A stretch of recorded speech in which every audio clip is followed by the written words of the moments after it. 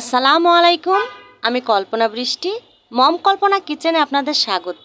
আশা করি আল্লাহর অশেষ মেহেরবানিতে আপনারা সবাই অনেক ভালো আছেন। আলহামদুলিল্লাহ, আমিও আপনাদের দোয়ায় এবং আল্লাহর অশেষ কৃপায় অনেক ভালো আছি। দেশ থেকে এবং দেশের বাইরে থেকে যে যেখান থেকে এই ভিডিওটি দেখছেন সবাইকে আন্তরিক শুভেচ্ছা এবং অনেক ভালোবাসা। থাম্বনেল দেখে আপনাদের সবার জিভে জল এসে যাচ্ছে, তাই না বন্ধুরা? হ্যাঁ বন্ধুরা, আজকেও আমি নতুন একটা রেসিপি নিয়ে আবার আমি আপনাদের মাঝে ফিরে এসেছি। তো চলুন দেখে আসি আজকের রেসিপিটা কি।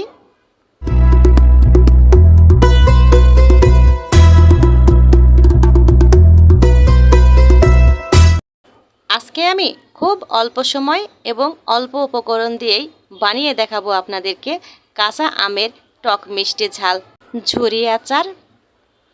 কাঁচা আমের টক ঝাল মিষ্টি ঝুরি বানাতে আমি এখানে দুইটা আম নিয়ে নিয়েছি, একটা বড় আম একটা ছোট আম।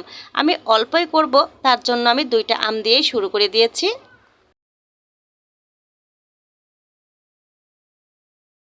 এবার আমি আম দুটোকে একেবারে সবুজ অংশ বাদ দিয়ে সুন্দর করে কিন্তু আমি বিনিয়ে নিয়ে চলে এসেছি। এই যে দেখুন, ঠিক এইভাবে বিনিয়ে নিতে হবে সবুজ অংশটা বাদ দিয়ে। এবার আমি ভালোভাবে একেবারে পরিষ্কার করে কচলিয়ে কচলিয়ে ধুয়ে নেব, যেন আমের ওপরের কষ্টটা না থাকে। কেননা আমি আর কিন্তু আমটা ধোবো না, তাই এইবারই কিন্তু শেষ ধোয়া। সুন্দর করে একেবারে ফ্রেশ করে কিন্তু কচলিয়ে আমি এখান থেকে একেবারে কষগুলো বের করে ধুয়ে নেব। 2 থেকে 3 বার পানি চেঞ্জ করে করে ধুয়ে নেব। ধুয়ে নেবার পরে এই যে দেখুন কেমন হচ্ছে, একেবারে কিন্তু পানিটা কিন্তু ফ্রেশ, আর কোনো কষ দেখা যাচ্ছে না। আমগুলো ভালোভাবে ধোয়া হয়ে গেলে কিচেন টিস্যু দিয়ে সুন্দর করে একেবারে মুছে নিতে হবে, যেন কোথাও কোনো জায়গায় পানি না জমে থাকে। এবার আমি এই যে এখানে ছোট ছোট একেবারে ঝুরির মতো আমি করে নেব। দেখুন আমি কিভাবে কিন্তু ঝুরিটা করছি, এক টানে টানে কিন্তু বড় বড় করে ঝুরি করে নিতে হবে। এই যে বড় অংশটা আছে সেটা দিয়েই কিন্তু ঝুরি নেব। প্রথমবার একটু ছোট হয়ে গিয়েছে, এবার আমি বড় বড় করেই কিন্তু ঝুরিটা করে নেব। দেখুন কিভাবে আমি বড় বড় এই যে ঝুরিটা করে নিয়েছি। দুইটা আমি কিন্তু এই যে ঠিক এইভাবে বড় বড় করে কিন্তু আমি ঝুরি করে নিয়েছি।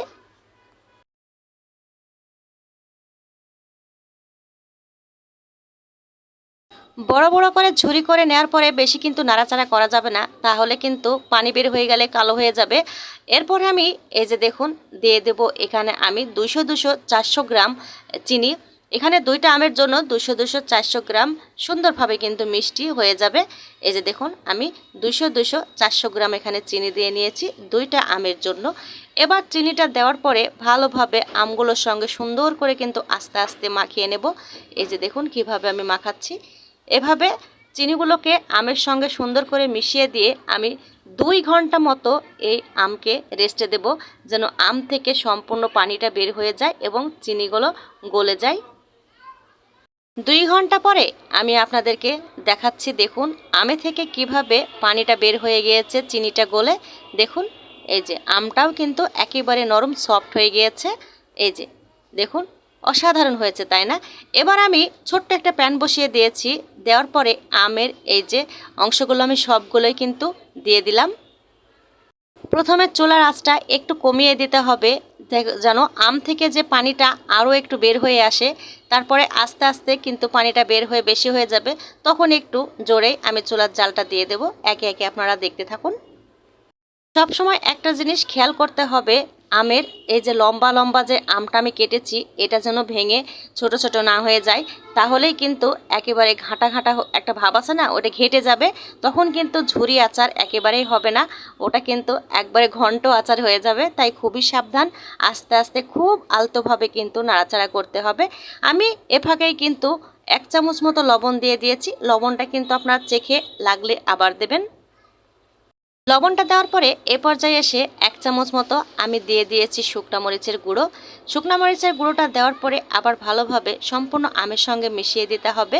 এরপরে 1 চামচ দিয়ে দিলাম হলুদের গুঁড়ো। হলুদের গুঁড়োটা দেওয়ার পরেও ভালোভাবে আস্তে আস্তে সম্পূর্ণ আমের সঙ্গে কিন্তু মিশিয়ে দিতে হবে।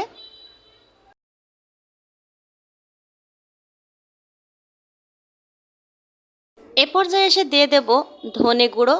ধনেটা আমি শুকনা খোলায় কিন্তু টেলে নিয়েছি, নিয়ে আধা ভাঙ্গা করে দিয়ে দিয়েছি। এর ফ্লেভারটা কিন্তু খুব দারুণ আসবে।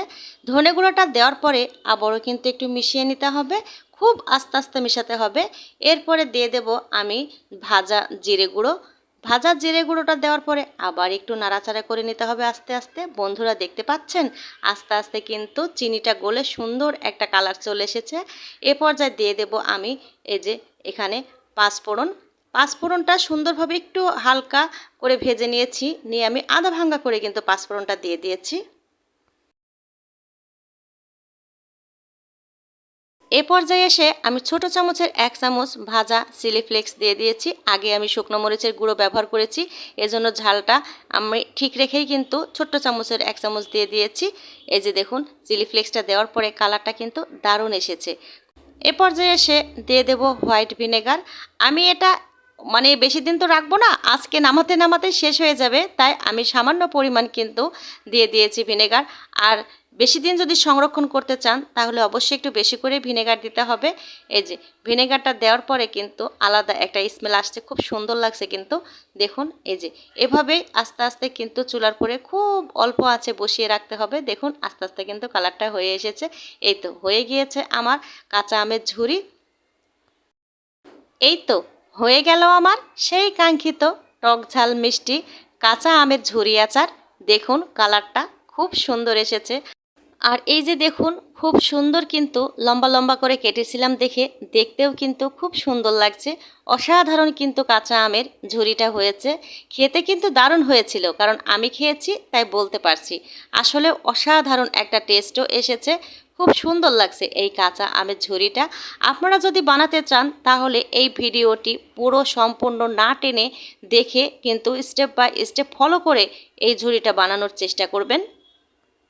একেবারে পারফেক্ট কাঁচা আমের ঝুরি বানাতে আপনাদেরকে সবসময় খেয়াল রাখতে হবে, সবচেয়ে ইম্পর্টেন্ট হচ্ছে আম। আমটা একেবারে ফ্রেশ কাঁচা হতে হবে, তাহলে আমের এই যে ঝুরিটা দেখতে কিন্তু দারুণ হবে। দেখুন অসাধারণ কিন্তু দেখতেও হয়েছে, একদম চকচক করছে। দেখুন অসাধারণ কালারটাও কিন্তু এসেছে।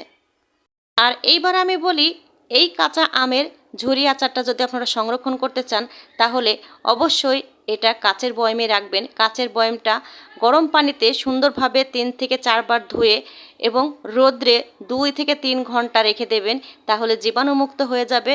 আপনারা সুন্দরভাবে কিন্তু আমটা সংরক্ষণও করতে পারবেন কাঁচা আমের ঝুরিটা। আজকের মতো এখানে রেখে দেব। আল্লাহ হাফেজ, আসসালামু আলাইকুম।